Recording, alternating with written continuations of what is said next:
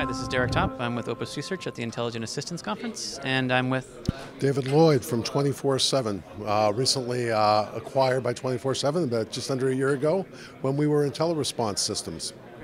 So, quick, just broad question. What does intelligent assistance mean to you and 24/7? Well, I think we really focus on a number of aspects on it, but for us it's really about intelligently engaging with the consumer in the digital channels.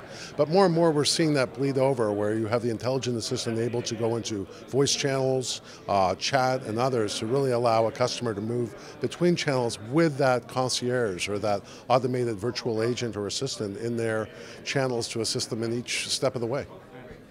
And well, along those lines, is there something at the conference that you know, either on stage in sessions or in conversations here that was thought-provoking or interesting or unexpected that you found here this week? I think one of the most interesting things that was touched on, especially on the panel today, is the EQ or the emotional quotient that's really going to play into how the intelligent assistant is actually going to interact with the consumer. I think we still have a lot longer to go than the panelists might believe before we want to cross that uncanny valley for the way an emotional VA reacts. But I think it's a very interesting thing to be able to use facial recognition, tonality, and those things as they come from the utterance from a consumer, to be able to then use that as an intelligent way to respond back to that consumer. So I think that was one of the more interesting conversations that I took out of today. Great.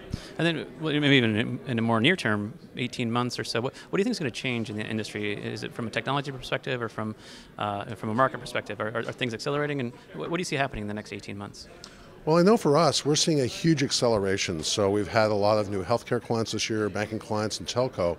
So we're seeing a huge lifting tide, and we're taking full advantage of that. So I think you're going to see it more on the market expansion side.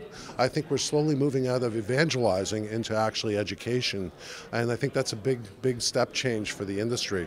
I think what we can't lose sight of is actually delivering on the promise. So this conference is great for talking about what's coming up in 4, maybe 5 years, but we have to realize that most consumers today and customers have never used an intelligent assistant, so we really have to make sure that they're successful in the implementations that are possible today. So we can't lose sight of that at all. Great, thank you.